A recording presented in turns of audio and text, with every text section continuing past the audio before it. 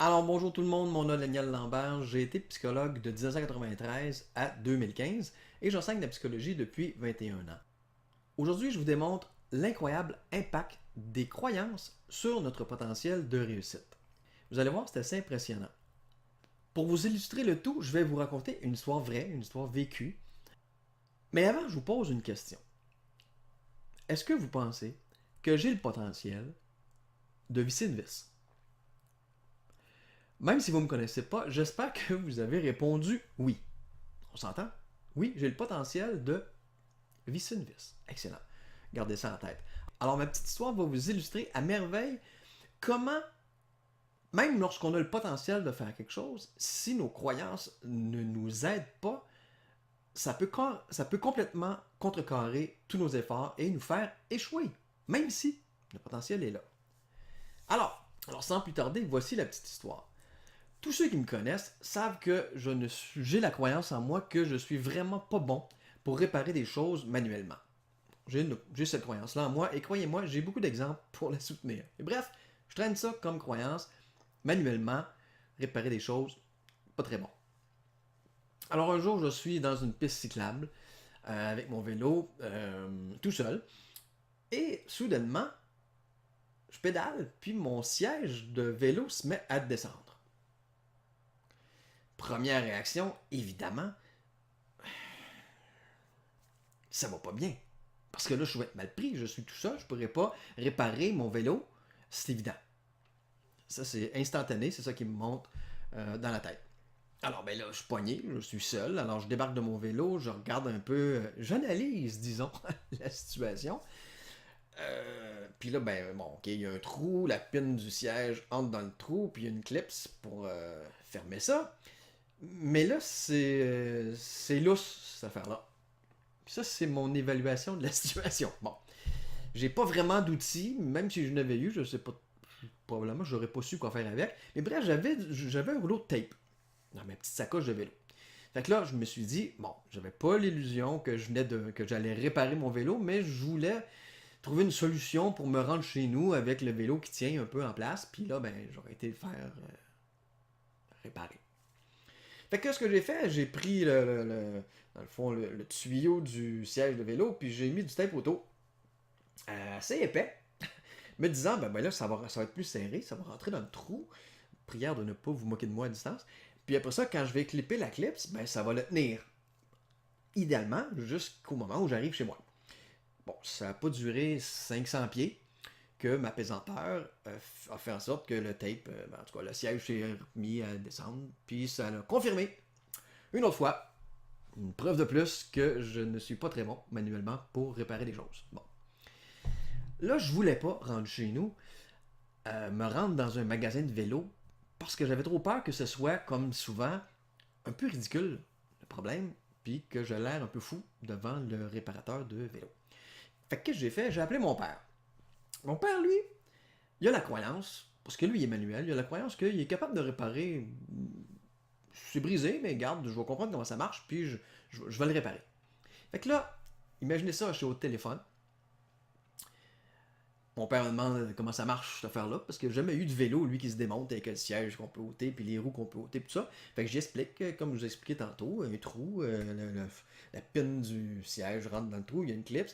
Puis là, sans voir rien, lui, là, il analyse ça au téléphone, puis il fait, y a-tu une vis après ça, cette clips-là? J'espérais pouvoir lui dire non. Fait que là, je le savais pas. Fait que je sors dehors avec mon téléphone, je regarde ça, il y avait une vis. Je savais ça allait être quoi, c'est la deuxième question. Il a fait, ben, es-tu lousse? La vis de la clips qui fermait le tout, qui empêchait le siège de descendre, était lousse. Alors mon père, sans avoir de connaissance de mécanique de vélo, sans même voir le vélo, a réussi à le réparer à distance. Et je vous rappelle ma première question au début, est-ce que vous pensez que j'ai le potentiel de visser une vis? Bien sûr que j'ai le potentiel de visser une vis. Alors qu'est-ce qui m'a empêché, moi là, avec ma formation de psychologue, de voir qu'il y avait une foutue vis qui était lousse? Puis que tout ce que j'avais à faire, c'est de serrer cette vis-là. pour résoudre mon gros problème? Ben, c'est mes croyances. C'est mes croyances qui ont fait en sorte que j'ai même pas été capable de bien analyser la situation pour voir c'était quoi le problème. Alors encore moins de trouver la bonne solution. Et ça, c'est ça l'impact de nos croyances qui nous limitent. Je vais vous montrer un diagramme pour bien vous illustrer ça. Voyez-vous ici en haut, on a le potentiel. On a tous du potentiel et souvent on le sous-estime ce potentiel-là. Quand on cherche à obtenir des résultats, vous voyez ici le carreau en bas, les résultats, ben, on sait tous qu'il faut poser certaines actions pour avoir des résultats. Bon, parfait. Et pour poser des actions, ben, il faut aller puiser dans notre potentiel. Right? Et là, pour moi, visser une vis, ça prenait pas beaucoup de mon potentiel, ça. Hein? On parle pas de déborder le potentiel, là. Mais bon, je vais chercher dans mon potentiel, je fais des actions, j'ai des résultats, et ces résultats-là m'amènent à développer des croyances sur moi. Et c'est là le bloc vraiment important, les croyances. Parce que la prochaine fois que je suis devant une situation où j'ai besoin d'aller chercher dans mon potentiel pour faire des bonnes actions, pour avoir des bons résultats, mais si j'ai des croyances qui me disent que je ne suis pas bon moi, dans ce genre de problème-là, bien, je n'aurai pas tant confiance en moi, puis je ne vais pas vraiment aller puiser mon plein potentiel. Je vais sous-estimer mon potentiel, puis là, ben, je vais faire des actions approximatives ou des moins bonnes actions parce que je peux aller chercher mon plein potentiel dans ce cas-ci, dans le cas de mon histoire, pour bien évaluer même c'était quoi le problème. Là, est-ce que je vais avoir des bons résultats? Non. Là, ça va venir confirmer ma croyance du départ qui disait que j'étais pas bon là-dedans, je n'avais pas beaucoup de potentiel là-dedans. Alors, on a là vraiment un cercle vicieux qu'il faut tôt ou tard briser si on veut être capable d'obtenir des meilleurs résultats dans les situations où là, on n'obtient pas de bons résultats, puis que ça nous tient à cœur. Quand ça nous tient à cœur. Alors, on a tous de ces croyances limitantes-là, et là, je viens de vous expliquer le cercle vicieux qu'il faut essayer d'éviter si on veut sortir de ce cercle vicieux-là qui continue de nous rabaisser, qui continue de faire en sorte qu'on croit qu'on a de moins en moins de potentiel. Parce que l'inverse est vrai. Si je pense que j'ai un grand potentiel pour faire pour trouver des solutions à ce genre de problème-là, même si je ne réussis pas du premier coup, je vais refaire d'autres tentatives, je vais regarder ça à nouveau, puis je vais faire OK. Bon, c'est pas ça, j'ai pas eu la réponse du premier coup, mais je sais que je suis bon pour faire ça. Je sais que j'ai le potentiel, alors j'essaie à nouveau avec d'autres actions. Mettons, je ne l'ai pas encore. J'échoue encore. Je ne réussis pas à trouver la solution encore. Je persévère parce que j'ai la croyance, la conviction même que je peux réussir dans ce genre de situation-là.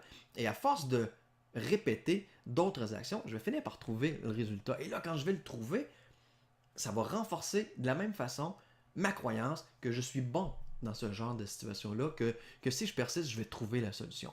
Alors voyez-vous, c'est dans ce cercle-là qu'on veut se retrouver, que quand on persévère, si je persévère, j'ai pas mal plus de chances de réussir des choses, surtout si ces choses-là sont pas tant faciles à réussir. J'aurai pas ça du premier coup. Fait qu'il va falloir que je me décourage pas. Et si je veux pas me décourager, il va falloir que j'ai des croyances qui me soutiennent, des croyances qui me disent que si je persiste, je vais réussir. C'est une croyance qui me limite, je vais pas persister autant, je vais abandonner, je vais baisser les bras, et là, je vais pas réussir, et ça va me confirmer que je suis pas très bon, que j'ai pas tant de potentiel. Cercle vicieux négatif duquel on veut sortir. Alors, je sais pas c'est quoi vos croyances limitantes. J'ai jamais rencontré personne qui en avait aucune. Alors, c'est peut-être pensez-vous que vous n'êtes pas bon dans telle chose parce que vous manquez de confiance en vous. Peut-être pensez-vous que vous n'êtes pas assez beau, vous n'êtes pas assez sexy, vous n'êtes pas assez grand, vous n'êtes pas assez fort, vous n'avez pas assez d'argent. Je ne sais pas c'est quoi vos croyances limitantes, mais je sais que quand on en a, ça nous limite et ça fait en sorte, ça nous vole notre potentiel. On a beaucoup plus de potentiel souvent que ce qu'on se donne avec nos croyances limitantes. La bonne nouvelle, c'est que c'est possible de se débarrasser de ces croyances limitantes-là rapidement, sans thérapie, sans long processus. Et personnellement, c'est ce que j'ai très hâte de vous décrire dans le cadre d'une formation que je vous propose, que j'ai appelée, moi, le raccourci. Justement parce qu'on court-circuite ces croyances qui nous limitent là de façon rapide et efficace. Donc, le raccourci, pour améliorer, dans le fond, lorsqu'on connaît le raccourci, on peut améliorer n'importe quel aspect de notre vie, que ce soit au niveau professionnel, personnel, amoureux, familial, avec nos enfants, nos conjoints, etc. On a un objectif, on peut décider de prendre un raccourci pour obtenir les résultats qu'on convoite rapidement. Alors pour tous les détails, je vous invite à aller visiter le site monraccourci.com et j'espère vous voir dans le cadre de cette formation-là.